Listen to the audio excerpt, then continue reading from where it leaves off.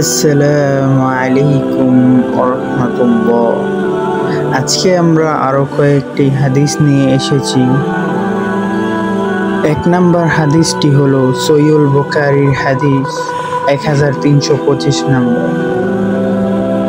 আবু হুরায়রা রাদিয়াল্লাহু আনহু হতে বর্ণিত, তিনি বলেন, নিশ্চিত রাসূল সাল্লাল্লাহু আলাইহি ওয়াসাল্লাম বলেছেন, যে ব্যক্তি জানাজায় উপস্থিত হয়ে সালাত আদায় করল, সে এক কেরাত নেকির অধিকারী হলো। আর যে ব্যক্তি দাফন করা পর্যন্ত জানাজার সঙ্গে থাকলো, সে 2 কেরাত নেকির অধিকারী হলো। রাসূল সাল্লাল্লাহু আলাইহি ওয়াসাল্লামকে জিজ্ঞেস করা হলো, 2 কেরাত কি?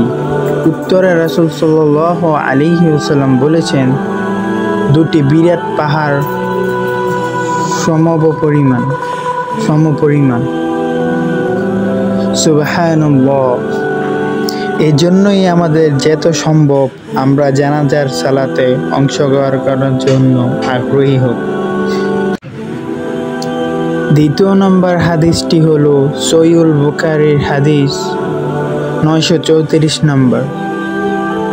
আবু হুরায়রা রাদিয়াল্লাহু আনহু হতে বর্ণিত, নিশ্চিত আল্লাহর রাসূল সাল্লাল্লাহু আলাইহি ওয়াসাল্লাম বলেছেন, জুমার দিবসে খুতবা চলাকালীন তুমি তোমার সাথীকে যদি চুপ থাকতে বলো, তাহলে তুমি অনর্থক কাজে লিপ্ত হলে।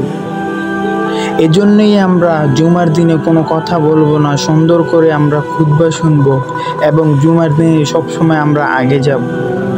আল্লাহ আমাদের সেই তৌফিক দান।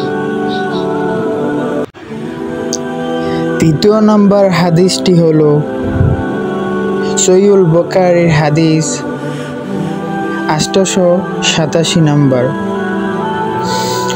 আবু হুরায়রা রাদিয়াল্লাহু হতে বর্ণিত, নিশ্চিত রাসূল সাল্লাল্লাহু আলাইহি ওয়াসাল্লাম বলেছেন, আমি আমার উম্মতের উপর কষ্ট মনে না করলে তাদেরকে প্রত্যেক সালাতের সময়